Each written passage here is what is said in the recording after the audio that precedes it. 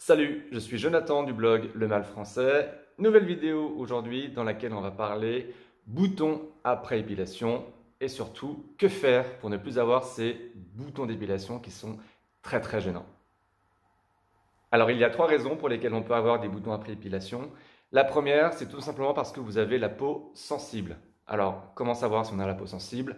Généralement quand il y a des changements de température, comme on peut l'avoir en cette période de l'année, en automne, vous commencez à avoir des petites rougeurs au niveau des pommettes. Ça, c'est le signe caractéristique que vous avez la peau sensible.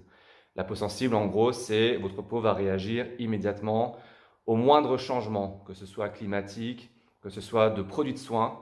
Voilà, votre peau va être très réactive. La deuxième raison, c'est parce que tout simplement, vous avez mal fait votre épilation. Et ça, j'y reviendrai par la suite. La troisième raison, c'est parce que des microbes peuvent s'être engouffrés dans la peau qui est un petit peu lésionnée avec l'épilation, qui est un peu abîmée quand même. L'épilation n'est pas du tout un soin naturel pour elle, c'est carrément une agression. Donc, si votre lame de rasoir, par exemple, est mal nettoyée, mal désinfectée, si l'épilateur que vous avez utilisé n'est pas très propre, ou si la spatule de la crème dépilatoire avec laquelle vous enlevez la crème a été posée un petit peu n'importe où, dans votre salle de bain, dans le placard, etc.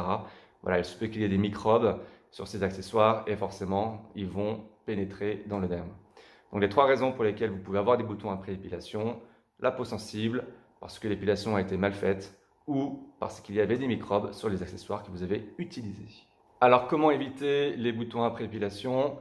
Il y a différents gestes à respecter avant, pendant et après la séance d'épilation. Avant la séance d'épilation, faites un gommage de la partie que vous allez épiler. Cela va permettre de retirer les cellules mortes qui sont présentes sur la zone. Et ainsi, si vous n'avez plus de cellules mortes, forcément la crème dépilatoire par exemple ou la cire adhéreront mieux à votre peau. Et donc l'épilation sera plus optimale. Donc faites un gommage de la partie de votre corps que vous allez épiler. En plus, cela va un petit peu ramollir le poil. Le deuxième geste à faire avant de faire votre épilation, c'est tout simplement de passer à la douche. En effet, la chaleur de l'eau va assouplir le poil, il sera moins fort, il sera moins robuste et donc il sera plus facile à épiler. Donc que ce soit à dissoudre avec la crème dépilatoire ou tout simplement à arracher avec la cire ou à l'épilateur. Donc faites un gommage et ensuite passez sous la douche. Donc ça, ce sont les gestes à faire avant l'épilation. Pendant l'épilation, prenez votre temps. Généralement, on a envie de faire les choses rapidement et c'est la meilleure façon de se louper ou d'agresser encore plus la peau. Donc prenez votre temps, appliquez bien la crème dépilatoire, appliquez bien la cire et surtout faites en sorte de ne pas repasser plusieurs fois sur la même zone. Plus vous allez repasser sur la même zone, forcément plus vous allez agresser votre peau et plus vous aurez des boutons après épilation par la suite. Donc prenez votre temps, premier soin, et deuxième soin à faire, en tout cas deuxième geste à faire, ne retirez jamais les poils dans le sens contraire de sa pousse. Il faut toujours retirer le poil dans le bon sens de la pousse. D'ailleurs, si vous avez la peau très sensible, pendant l'épilation, ou en tout cas avant d'appliquer la crème dépilatoire ou la cire, n'hésitez pas à mettre un petit peu de talc sur la zone. Cela va faire un petit tampon entre votre peau et la crème dépilatoire ou la cire, ce qui fait que votre peau sera moins agressée. Bon, après, l'épilation ne sera pas forcément la plus optimale, mais en tout cas, vous allez bien protéger votre peau en appliquant un petit peu de talc. Après l'épilation, il y a aussi des gestes à faire et c'est même à la limite les plus importants. Le premier soin à faire, c'est d'hydrater la peau. Hydrater la zone que vous venez d'épiler avec la crème dépilatoire, avec la cire, voire même avec la lame de rasoir si vous rasez la peau. Le film hydrolipidique, qui est censé la protéger, a été quand même beaucoup agressé et pour le réparer, il faut tout simplement hydrater. Donc appliquez soit un lait corporel que vous pouvez avoir, un lait corporel hydratant. Si vous n'avez pas, appliquez votre produit hydratant que vous mettez sur votre visage, sera pour faire l'affaire.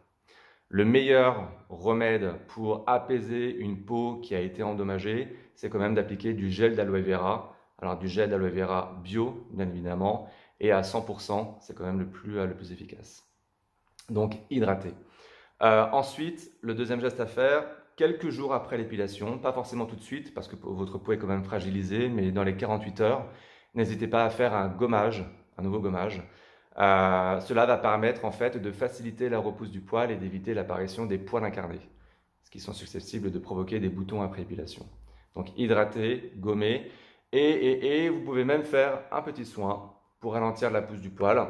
Un soin où vous allez mélanger du gel d'aloe vera et de l'huile essentielle de sauge.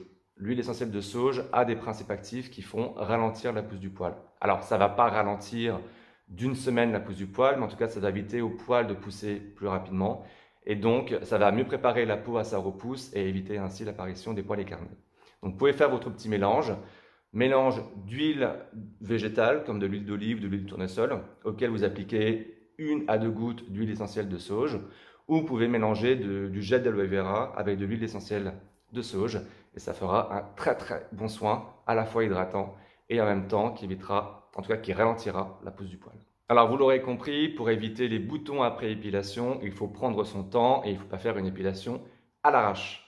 Il faut bien préparer sa peau avant, il faut bien faire les gestes, ne jamais épiler un poil dans le sens contraire de sa pousse. Et surtout, il faut appliquer des soins après l'épilation, hydrater, gommer et voire éviter, en tout cas repousser le plus possible la pousse du poil avec l'huile essentielle de sauge. Merci d'avoir suivi cette vidéo, n'hésitez pas à liker et à commenter. J'aimerais avoir vos conseils pour savoir comment vous faites pour éviter ces boutons après épilation. N'hésitez pas aussi à vous abonner à ce compte, ça me fera plaisir. Et à bientôt pour de nouvelles vidéos.